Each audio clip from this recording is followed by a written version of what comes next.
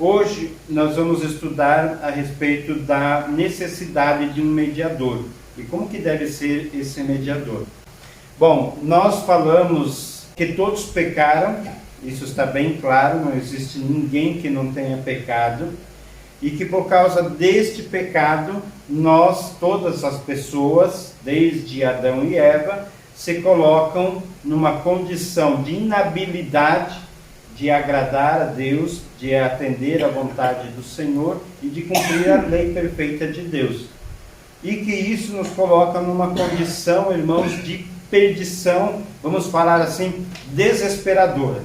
Não tem como o homem resolver essa situação. Deus tem que resolver isso para o homem. E aí nós levantamos a necessidade de um mediador. Vimos que o pecado de nossos primeiros pais mergulhou toda a humanidade na miséria espiritual. Gênesis 2:17. Nessa condição, os homens são objetos da justa ira de Deus. É porque Deus, irmãos, ele se ira contra o pecado. A santidade de Deus, ela provoca nele, né, essa aversão pelo pecado. Não apenas nós estamos separados de Deus, lançados de sua presença, mas também estamos condenados, conforme nós já falamos. Porém, além de justo, Deus é misericordioso e provê um mediador que poderia resolver este dilema. Amém?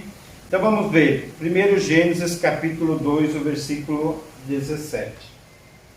Mas da árvore do conhecimento do bem e do mal não comerás, porque no dia em que dela comeres, certamente morrerás. Amém? Então Deus tinha um mandamento bem claro, e junto com esse mandamento já veio a consequência da desobediência. No dia que delas comerdes, morrerás. Não era, irmãos, não era um castigo arbitrário da parte de Deus. Não era birra de Deus. É apenas, irmãos, uma consequência do caráter santo e justo de Deus. Como Deus santo, ele não pode aceitar o pecado. Como Deus justo, ele precisa punir este pecado. Romanos capítulo 1, versículo 18. A ira de Deus se revela do céu contra toda a impiedade e perversão dos homens que detêm a verdade pela justiça. Amém? Então veja, irmãos, que a ira de Deus, ela se manifesta dos céus, né, por causa do pecado do homem. Então a Bíblia fala que aquele que crê em Jesus, ele não entra em juízo, mas aquele que não crê, a ira sobre ele permanece. Não é que a ira vem sobre ele, a ira permanece, porque quando o homem pecou, ele já se colocou debaixo da ira de Deus. O que esse mediador faz é remover essa ira, ou podemos dizer até, tirar nós debaixo dessa ira. Naum, capítulo 1, versículo 2. O Senhor é Deus zeloso e vingador. O Senhor é vingador e cheio de ira.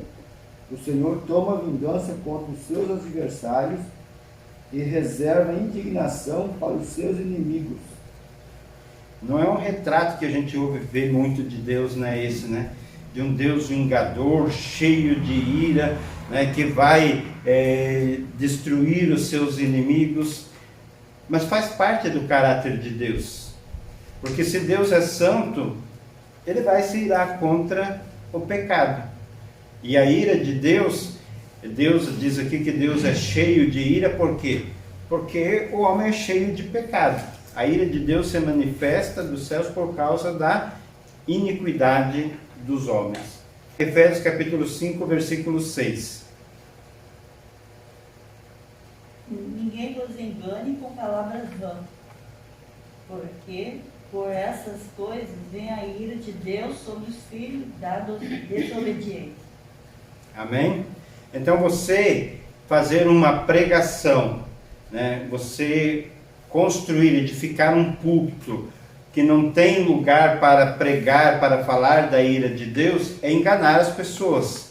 As pessoas começam a viver como se Deus jamais fosse exigir, né, uma paga pelo pecado.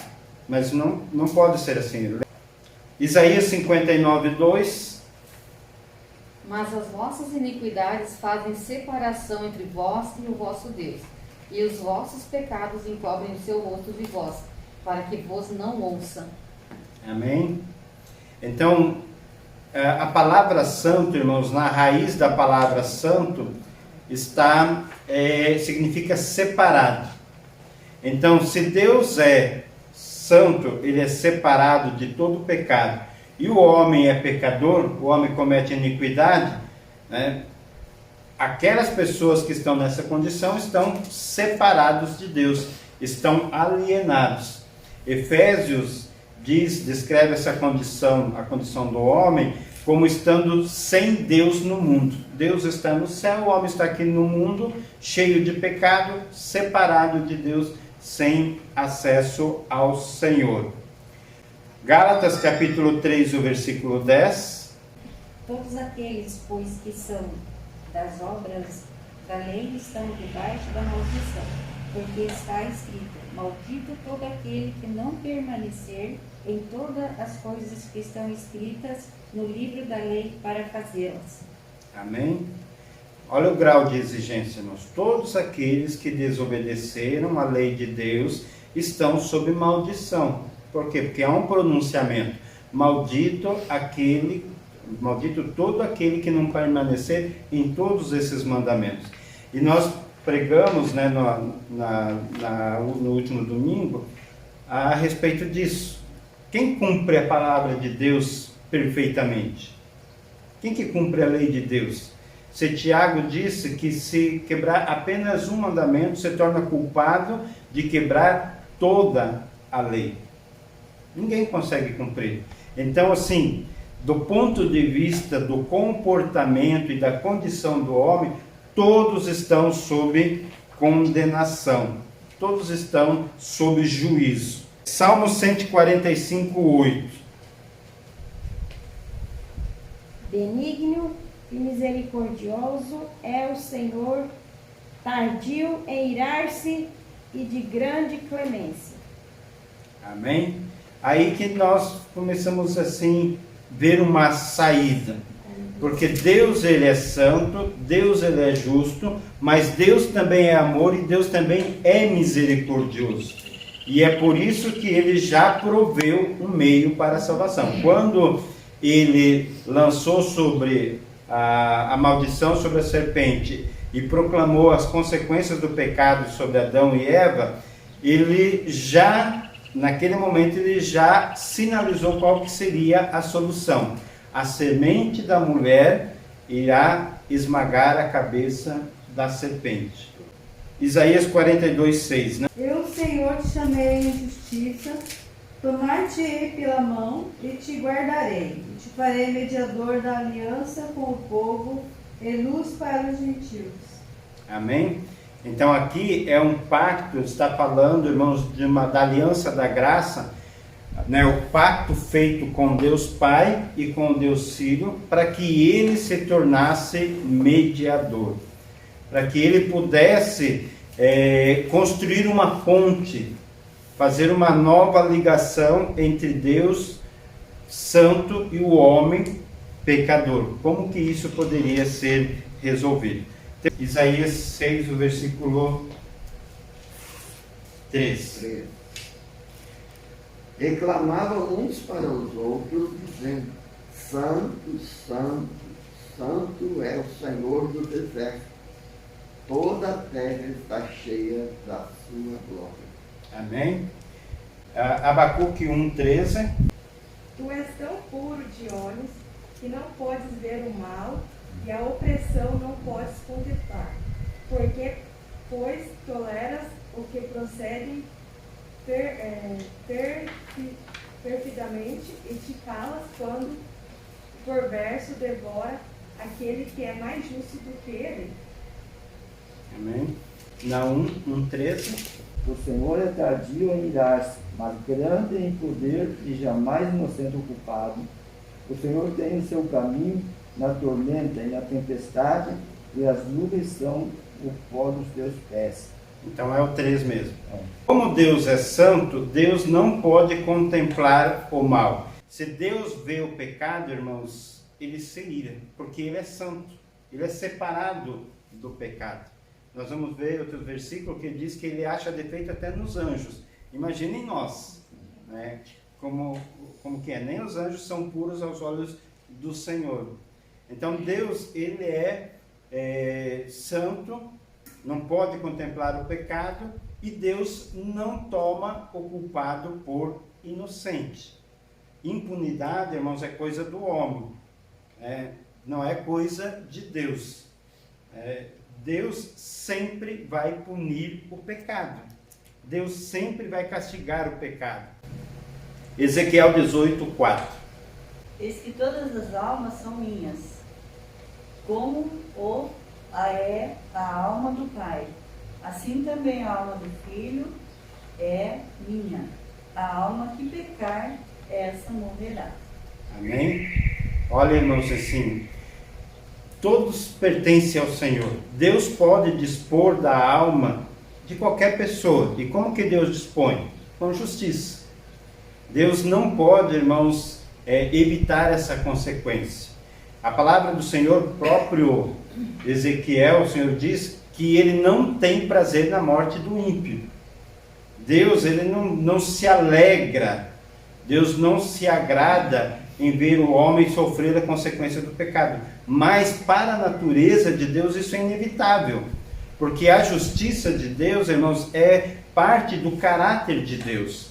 Não é algo que Deus faz fora dele. É algo, irmãos, que está nele. Deus não pode agir de maneira diferente do que agir com justiça. Por isso, se comer do fruto, morrerá. A alma que pecar, morrerá. Vamos dizer assim, é uma ação que decorre, que tem a sua origem na natureza de Deus. Para piorar, nós não podemos apresentar satisfação a essa justiça de Deus. Existe algumas religiões de obras que falam assim, no final das contas, Deus vai colocar numa balança tudo aquilo que você fez de ruim, de mal, e depois Deus vai colocar no outro prato da balança tudo que você fez de bem. Se o bem que você fez pesar mais, você está aprovado, está com crédito, e aí você entra para dentro. Irmãos, o problema é que não tem nada para colocar no prato bom, de bondade. Porque mesmo aquelas boas obras, quando elas são feitas fora de Cristo, são abomináveis a Deus, são pecaminosas. Por quê? Porque eles estão falando assim, Deus, eu vou entrar no céu não pelos méritos do teu filho. Eu quero entrar pagando o ingresso. Eu quero entrar pelas minhas próprias obras. E isso, irmãos, é o mais ofensivo de todos os pecados. Uma pergunta. Sim. Então, se eu ver uma pessoa necessitada, passando fome, e eu tenho como ajudá-la, e eu dizer, para Deus tanto faz, então também não vou ajudar, como que fica? Se essa pessoa for uma pessoa que não é crente, não muda em nada a situação dessa pessoa. Se a pessoa for crente, ela não vai fazer isso. Então as minhas obras, elas têm um valor, um peso em Jesus. Sim. Na verdade, Deus só aceita qualquer coisa como agradável a Ele, se isso for feito através de Jesus. Por que nossa oração é recebida por Deus? Porque é em nome de Jesus. Por que a nossa oferta é aceitável a Deus? A nossa adoração, o nosso louvor? Porque é em Jesus. Se não for em Jesus, nada é aceito por Deus. Tudo tem que ser através de Jesus. Agora, todas as boas obras que nós fazemos em Cristo, essas são agradáveis a Deus e tem da parte dele um galardão. Por quê? Porque aquele mérito, aquilo que nós fizemos foi como se Jesus tivesse feito. Porque na verdade Jesus fez através de nós. Sem mim nada podeis fazer. É Deus quem opera em vós, tanto o querer como o realizar. Só comentando, no meu caso, não adianta eu oferecer a parte da manhã como jejum, porque eu não como também, não é válido. É um exemplo, né? Porque eu não costumo comer de manhã cedo, então não adianta eu moleza, oferecer, né? que é hipócrita. E tem aquelas pessoas que falam assim, vou fazer uma dieta, né? Tem que fazer um regime, já vou aproveitar para jejuar, né? Nada a ver. Mas de qualquer forma, irmãos, seja o jejum, a gente fala assim, vou entregar o jejum, né? Quando a pessoa bateu a fome mesmo, ou deu o horário, a pessoa fala, vou entregar o jejum. Por que a pessoa faz esse entregar o jejum? Porque ele está oferecendo esse jejum a Deus. Mas se não fizer isso através de Cristo, passou fome à toa. Nós não podemos oferecer satisfação por nós mesmos. Salmo 130, versículo 3, quem ficou de ler? Se observares, Senhor, iniquidades, quem, Senhor, subsistirá? Mateus 16, 26. Pois que aproveita o homem ganhar o mundo inteiro se perder a sua alma? O que dará o homem em recompensa da sua alma? Amém. Né? É. É isso mesmo. É isso. Mateus 18, 25. Não tendo ele, porém, com que pagar, ordenou o Senhor que fosse vendido ele, a mulher, os filhos e tudo quanto possuía, e que a dívida fosse paga. Jó 15, 15 e 16. Eis que Deus não confia nem nos seus santos, nem os céus são puros aos seus olhos, quanto menos o homem, que é abominável e corrupto, que bebe a iniquidade como a água. Salmo 51, versículo 5, nosso irmão. Eu nasci na iniquidade, e em pecado concebeu minha mãe. Ao irmão verdadeiramente ninguém o pode remir, nem pagar por ele a Deus o seu resgate. Então aqui falando dos homens. Por que nós não podemos, irmãos, oferecer uma satisfação à justiça de Deus pelo nosso pecado? Primeiro, porque nós, irmãos, já estamos sob a ira de Deus. É como se você, já de antemão, você já estivesse reprovado. Nosso irmão leu que nós nascemos em pecado. E Deus, irmãos, se Deus for levar em conta o pecado, ninguém pode resistir na presença dele. Logo, qualquer pessoa que já tenha pecado não vai conseguir oferecer um sacrifício, um pagamento a Deus que seja aceitável. A outra razão, irmãos, é que a nossa dívida para com Deus por causa do nosso pecado, ela é muito alta, ela é impagável. Pensa, irmãos, em 10 mil talentos de ouro. Então, você pega lá, mais ou menos 40 quilos é um talento. E aí você pega todos esses talentos, né, esses 40 quilos de ouro já seria uma vida de trabalho. Nossa, e a gente não conseguiria acumular. Imagine você pagar. Então, é apenas uma expressão bíblica para dizer, a tua dívida, ela é impagável. Irmãos, o que conta não é o tamanho do pecado, não é o tamanho da ofensa, mas a dignidade do ofendido. Contra quem nós pecamos? Nós pecamos contra o Senhor. Por isso a nossa dívida é impagável. O que determina, irmãos, a pena é menos o ato que a pessoa comete e mais a dignidade contra quem ele comete. Então você pensa um Deus altíssimo. E você pega e ofende esse Deus altíssimo. Então o teu pecado, ele é impagável. Nós não conseguimos pagar, nós mesmos conseguir pagar esse pecado. O homem pode pegar todos os bens, tudo aquilo que existe no mundo, ele não consegue resgatar a sua alma. Não consegue resgatar a sua alma. E aí alguém pode falar assim, bom, se eu não posso pagar por mim mesmo, mas de repente o pastor, né, pode pagar a minha conta. Mas o pastor também não pode, porque também é pecador. Ele também pecou. Por isso que o texto que foi lido diz que o irmão não pode oferecer pelo seu irmão um resgate. Ou seja, da parte do homem não tem solução, não tem saída. Não tem como nós tomarmos a iniciativa. É como aquela pessoa, irmãos, que está num buraco e quer sair do buraco cavando. Né? O que ele vai fazer? Vai afundar cada vez mais. Quando você fala, eu vou dar esmola para agradar a Deus para ir para o céu. O que vai fazer? O que essa esmola vai fazer?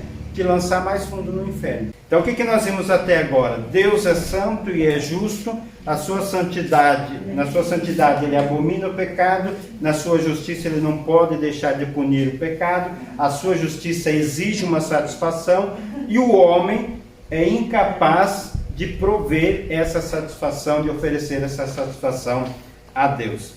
Esse mediador, ele tinha que atender duas características, duas condições. Primeiro, esse mediador precisava ser um homem. Por quê? Porque quem pecou foi um homem. Segunda característica, precisava ser Deus. Porque mesmo que um homem pudesse prover, satisfazer essa justiça de Deus, ele só poderia fazer pelos seus próprios pecados. Mas ele não conseguiria para o pecado dos outros. Mas mesmo assim ele não conseguiria, porque quem foi ofendido foi um Deus. Então, se a ofensa foi contra alguém de dignidade infinita, a satisfação também teria que ter um valor infinito. Então, bodes não conseguiria, homem não conseguiria, anjo não conseguiria, somente alguém que fosse Deus poderia oferecer essa satisfação. Hebreus 10:4. Porque é impossível que o sangue de touros ou de bodes remova pecados. Amém? Então, no Antigo Testamento, o que eles faziam? Eles, todo ano, eles ofereciam, no dia do Yom Kippur, eles ofereciam, né, sacrifício pelo pecado. No dia do quê? Yom Kippur. Então, era o dia onde eles tinham que oferecer expiação pelo pecado. Então, se escolhia dois bodes, né? E aí ele pegava um daqueles bodes, o sumo sacerdote colocava as mãos na cabeça dele, no sinal de transferir a culpa para aquele bode. Aquele bode ele era sacrificado, o sangue era aspergido e o pecado do povo era, aspas aqui, perdoado. E aquele outro bode, ele sorteava entre os bodes qual que ia morrer, o outro era levado para o deserto e era solto lá no deserto, ficava vagando. Era Isso, dia da expiação, isso, irmão. Obrigado. Isso significava que aquele pecado não seria punido, né, e aquele pecado ele seria esquecido por Deus. Só que nós falamos que Deus não poderia simplesmente não punir o pecado. E agora o texto diz que o sangue de bodes não pode expiar pecado. Então o que nós podemos entender? Que aquele ritual que era feito apenas apontava para um sacrifício que era perfeito, que era oferecido por Jesus, e a punição pelo pecado era apenas suspensa, temporariamente. Mas que um dia ele seria punido, porque o sangue de bodes não pode remover pecados. Então, um ser que seja inferior a nós, como bodes e bois, não pode pagar pelo nosso pecado. Um ser que fosse superior a nós, como os anjos, não poderia oferecer também uma expiação. Teria que ser um homem. 1 Coríntios 15:21. Visto que a morte veio por um homem, e também por um homem veio a ressurreição dos mortos. Amém? Então, a morte, né, a consequência do pecado veio por um homem. A ressurreição, né, a reversão desse efeito também teria que vir por um homem. não poderia ser uma outra criatura, um outro ser. Hebreus 7, 26. Com efeito, nos convinha um sumo sacerdote como este, santo, inculpável, sem mácula, separado dos pecados e feito mais alto do que os céus. Amém? Então, teria que ser, para que pudesse, irmãos, ser perdoados os pecados, precisava que esse sumo sacerdote, né, ele tivesse uma dignidade tão superior que ela alcançasse, fosse mais alta, na verdade o texto diz, que os céus. Quem de nós estaria qualificado? Ninguém. Os anjos estão qualificados? Não, porque eles estão abaixo dos céus também. Aqui a expressão, quando fala mais alto que os céus, está se referindo àquele lugar onde só Deus está. Então, somente Deus poderia oferecer esse sacrifício. Então, note, tinha que ser um homem e tinha que ser um Deus, para que o dilema, para que o problema fosse resolvido. Naum, capítulo 1, versículo 6. Quem pode suportar a sua indignação? E quem subirá diante do furor de sua ira? A sua cólera se derramará com fogo e a rocha são por ele demolidas. Amém? Então, outra razão que precisava ser um Deus, porque nenhuma criatura que não fosse Deus poderia suportar toda a ira de Deus contra o pecado de todos os homens sendo, né, despejada sobre essa pessoa. Então, quando a gente olha para a cruz, irmãos, muitas vezes a gente não percebe, não se dá conta de que aquilo que Jesus sofreu na cruz foi pior do que qualquer sofrimento do inferno. Foi aquele sofrimento no inferno que todos nós poderíamos, cada um de nós teria que sofrer. Jesus sofreu por todos nós. Jesus, antes da cruz, ele já estava suando sangue. Não por causa mas é por causa da ira de Deus que estava vindo, a separação, a alienação de Deus que veio sobre o seu filho. Somente Deus poderia suportar a ira de Deus. Um anjo, irmãos, viraria pó, o homem nem se fala, né? Qualquer que fosse se colocar no lugar de Jesus seria dizimado antes que o primeiro pecado pudesse ter sido pago. Então Jesus suportou ali o inferno. Quando lá aquela declaração do credo diz que Jesus desceu ao inferno, não é, muitas pessoas falam assim, Jesus desceu ao inferno para pegar as chaves do diabo. Não, Jesus desceu ao inferno na cruz. Ali na cruz é que Jesus experimentou o inferno por todos aqueles que ele estava pagando os pecados.